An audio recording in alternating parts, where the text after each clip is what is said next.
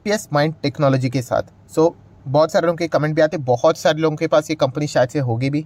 सो कैसी है कंपनी? तो कंपनी तो बहुत ही शानदार है, आईटी सेक्टर से बिलोंग करती है, तो आपको पता ही है गिरावट तो पूरे सेक्टर में देखने को मिल रही है। तो आप टॉप लेवल से अगर कैलकुलेट करेंगे तो बहुत अच्छी खासी गिरावट हम लोग को इसमें भी देखने को मिली है।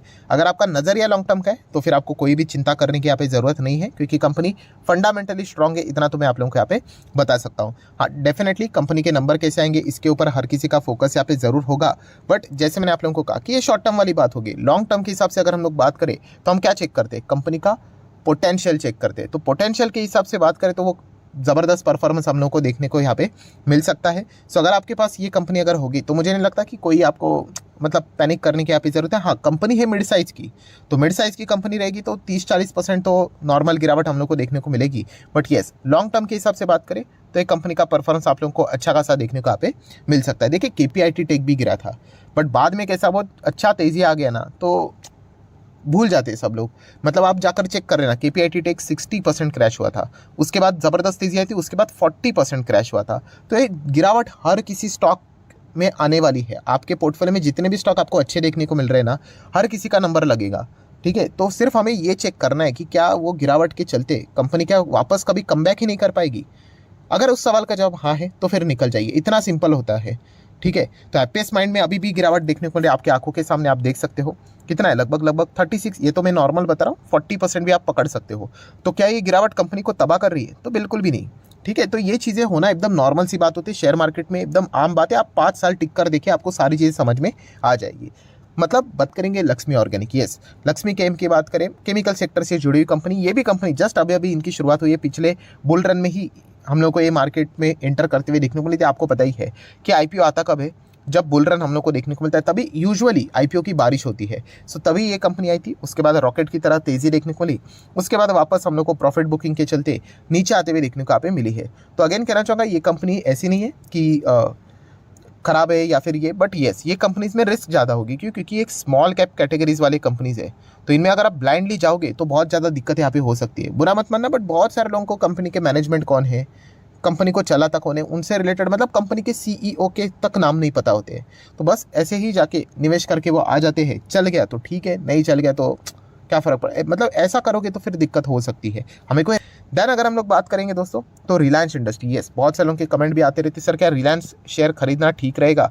मैं अगेन कहना चाहूँगा कि कंपनी के ओर से आप क्या एक्सपेक्ट करते हो, उस हिसाब से सारी चीज़ें डिसाइड की जाती है।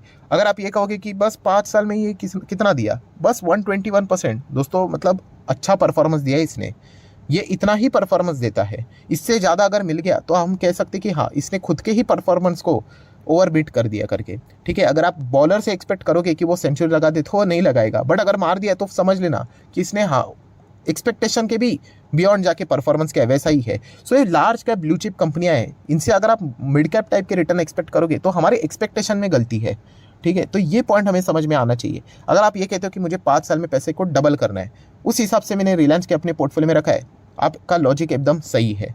तो ये चीज़ें होती है, बहुत सारे लोग इसमें निवेश करते हैं और बोलते हैं ये चलता ही नहीं करके, अरे उतना ही चलेगा वो, आपको फिर छोटे छोटे कंपनीज पकड़ने पड़ेंगे एंड फिर वहाँ पे वॉलेटिलिटी भयंकर देखने को मिलेगी। सो रिलायंस इंडस्ट्री का काम उतना ही है, उस हिसाब से अगर आप देखते हो इसको तो ज़रूर आप चाहो तो कंसिडर यहाँ पे कर सकते हो। सो बहुत सारे लोगों का एक और सवाल रहता है, सर आगे जाके क्या जियो की लिस्टिंग यहाँ पे होगी? तो वो देखने वाली बात है कि होगा। जियो मतलब कौन सा, वो मेजर टेलीकॉम वाला हम जियो की यहाँ पे बात करें, ठीक है। सो वो देखना पड़ेगा लिस्टिंग होती है या नहीं होती है, डीमर्जिंग होती है या फिर IPO आता है, ये तो पूरा मैनेजमेंट का खेल है, उसके ऊपर हम लोग का फोकस रखना चाहिए। हाँ, इतना कह सकते कि रिटेल के ओर से भी मतलब जो वापस शेयर्स यहाँ पे लिए जा चुके आपको पता ही है, एंड वो वेंचर वाली कंपनी देखने को मिल रही है। तो जिस प्रोसेस में वो कंपनी चल रही है, माइट भी भविष्य में हम लोग को इस प्रकार की चीज़ें होती हुई देखने को मिलेगी। भविष्य मतलब मैं आने वाले 1-2 साल के समय के हिसाब से बात यहाँ पे कर रहा हूँ। देन हम लोग बात करेंगे, अगेन सबसे ज़्यादा पॉपुलर सवाल पूछे जाते हैं इन्फोसिस से रिलेटेड, सर क्या हम लोग इन्फोसिस का शेयर खरीदे, सर क्या हम लोग विप्रो का शेयर यहाँ पे खरीदे? तो दोस्तों मैं अगेन कहना चाहूँगा, इन कंपनीज़ में भी सेम वही चीज़ है कि 5 साल में अगर आप अपने पैसे को डबल करना चाहते हो, उस हिसाब से आप चाहो तो इसको फोकस में रख सकते हो। उससे ज़्यादा रिटर्न्स चाहिए तो फिर आपको मिड साइज़ के, स्मॉल साइज़ के IT कंपनियाँ पकड़नी पड़ेगी, जैसे कि हैप्पीएस्ट माइंड, KPIT, LTTS, उन कंपनीज के और आप लोगों को ज़्यादा फिर फोकस करना पड़ेगा, तो उनमें वॉलेटिलिटी भी उतनी रहती है। इन्फोसिस की अगर हम लोग बात करें, हाँ ये कोई गारंटी वाली बात नहीं कि इसका अर्थ ये नहीं गिरेगा करके। देखिए इन्फोसिस भी इतनी बड़ी कंपनी होने के बावजूद टॉप लेवल से इतनी मस्त तरीके से हम लोग को गिरते हुए देखने को मिली है। सो बढ़िया कंपनी है, शानदार कंपनी। इसका भी वही टारगेट है 5 साल में पैसा डबल करके दो, तो आप देख सकते हो। बट यूजुअली देखा गया तो देखिए विप्रो भी 5 साल में डबल करके देगा आपको पैसा, ऑलमोस्ट देखिए सेम ही है। मैं नेट रिटर्न्स की बात कर रहा हूँ, बट गालियाँ विप्रो को ज़्यादा पड़ती है। क्यों पड़ती है? हाँ, इसमें आपको रोज़ तेज़ी नहीं देखने को मिलेगी। मतलब ओवरऑल अगर आप देखोगे ऐसा फ्लैट परफॉर्मेंस, बीच में रिटर्न्स बने, दैट्स इट, हो गया। मतलब कंक्लूजन की बात करें तो आपका पैसा डबल हो जाएगा 5 साल में, बट ये लिटरली आपका जान खा लेगा कि आप अगर पैसा इसमें लगाते हो। फॉर एग्जांपल मैं बोल रहा हूँ, चलो 10,000 लगा दिया, तो कई टाइम तक वो 10,000 का 10,000 ही रहेगा, बट अल्टीमेटली आप 5 साल के बाद देखोगे ना, यूजुअली आपका पैसा यूजुअली डबल होते हुए देखने को यहाँ पे मिल जाता है। बट इन्फोसिस की बात करें तो देख सकते हो आप, यहाँ पे ऐसा नहीं होगा, वहाँ पे परफॉर्मेंस थोड़ा थोड़ा करके हम लोग को ऊपर जाते हुए देखने को मिल जाता है। मैं अगेन कह रहा हूँ, TCS, Infosys, Wipro, then HCL tech, इनका मेजर काम उतना ही होता है दोस्तों। ये उस हिसाब से हम लोगों ने इनके बारे में विचार यहाँ पे करना चाहिए। सो ठीक है, नेक्स्ट अगर हम लोग यहाँ पे बात करेंगे दोस्तों, यस, एक ट्रैप वाला स्टॉक जो कि कल के दिन में मैंने वीडियो बनाया था, कॉफी डे एंटरप्राइज। ठीक है, आज के दिन आप यहाँ पे देख सकते हो तेजी देखने को यहाँ पे मिली है। ठीक है, बहुत सारी खबरें आती रहेंगी यहाँ पे इससे रिलेटेड, बट ओवरऑल कंक्लूजन एक ही है दोस्तों कि अगर हमें नहीं जाना है तो नहीं जाना है। ठीक है, यहाँ पे मतलब प्रॉब्लम क्या होता है कि जो छोटे प्लेयर्स होते हैं ना, वो तेज़ी देखकर और डिसीजन ले लेते हैं करके। सर आप तो कल तो बोल रहे थे इसमें ये हो रहा है, वो हो रहा है, इंडसइंड बैंक ने ये केस है, ये हो जाएगा, प्रॉब्लम हो जाएगा, तो आज भी मैं वही बोलूँगा दोस्तों आपको। अगेन कह रहा हूँ कि तेज़ी देख लिया, अब आपने अपना डिसीजन बदल लिया, ये ऑपरेटर के लिए सबसे मतलब बोलते हैं ना फेवरेबल थिंग होती है। ठीक है, अगर कोई ख़राब माल अगर उनको आपको चिपकाना है तो वो वही करेंगे, स्टॉक को भगाएंगे, उसके बाद आप इमोशनली होके उसको बाय कर लोगे एंड उसके बाद डंप करने के लिए उनको मौका यहाँ पे मिल जाएगा। सो इंडसइंड बैंक मान लीजिए अगर कल केस भी वापस ले लेता है, ठीक है, स्टॉक फिर भी भाग लेता है, तो भी नहीं जाना है। क्यों नहीं जाना है? क्योंकि धंधा ही नहीं है, बिजनेस ही नहीं है उसके पीछे। अगर आप देखोगे कंपनी घाटे में चलती हुई देखने को मिल जाती है, छोटा मोटा बीच में प्रॉफिट होता है एंड कंपनी इतनी अच्छी होती, तो प्रमोटर क्यों निकल जाते? अब प्रमोटर ही देखो, मतलब कंपनी के मालिक यहाँ पे ज़्यादा देखने को नहीं मिल रहा, बट रिटेल इन्वेस्टर को भरोसा है। ये ऐसी चीज़ होती हुई देखने को यहाँ पे मिल रही है। तो अब मैं बस इतना ही कहना चाहूँगा दोस्तों, कंपनी का बिजनेस अच्छा होना चाहिए, जो कि इसका बिजनेस बिल्कुल भी अच्छा देखने को नहीं मिल रहा है, इसीलिए तो स्टॉक 87% डाउन है। थोड़ी ना टाइम पास करने के लिए स्टॉक ऐसे ही गिर जाते हैं।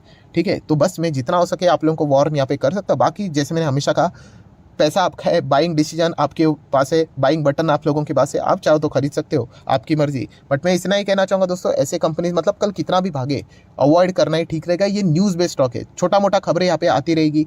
अफवाह हम लोग बात करेंगे इंडिया मार्ट से रिलेटेड, तो इंडिया मार्ट से रिलेटेड सवाल क्या आते हैं, सर यहाँ पे बायबैक के लिए इतनी अच्छी खबर यहाँ पे आई थी। तो दोस्तों देखिए, जो ट्रेडर होते हैं ना, वो उतना फ़ायदा यहाँ पे उठा लेते हैं। देखिए उनका फ़ायदा हो गया, फिर वो चले जाते हैं यहाँ पे। सेम चीज़ आप लोगों को यहाँ पे और किसी स्टॉक में देखने को मिलेगी, आरती ड्रग्स में भी देखने को यहाँ पे मिल सकती है। इनफैक्ट अगर देखा गया तो इंडिया मार्ट के तो एटलीस्ट नंबर तो अच्छे थे। आरती ड्रग्स की बात करें तो नंबर में भी इतनी एनर्जी नहीं थी, सिर्फ एक ही चीज़ में एनर्जी थी, कौन सी? बायबैक की करबर, 75% का प्रीमियम, दैट्स इट। तो यहाँ पे क्या करते हैं शॉर्ट टर्म वाले कि जितना हो सके इसका फ़ायदा यहाँ पे उठाएंगे। वो पूरी तरीके से नहीं रुकेंगे, वो 900 रुपये का प्राइस बताया ना, तो वो पूरा 900 के आसपास तक यहाँ पे रुकते नहीं है। उसके पहले जितना उनका पैसा यहाँ पे बन जाता है अच्छी तरीके से, अभी अगर आप देखोगे 2 दिन के ही हिसाब से उनका 20% तक के आसपास का रिटर्न यहाँ पे बन चुका है। क्योंकि आज के दिन भी देखा गया तो अच्छी खासी तेज़ी बनी थी, फिर उसके बाद यहाँ पे गिरावट क्यों आ जाती है? यस, तो फिर वो प्रॉफिट बुकिंग हो जाती है। ये शॉर्ट टर्म वाले होते हैं दोस्तों, ये चीज़ें आप लोगों को यहाँ पे समझनी है।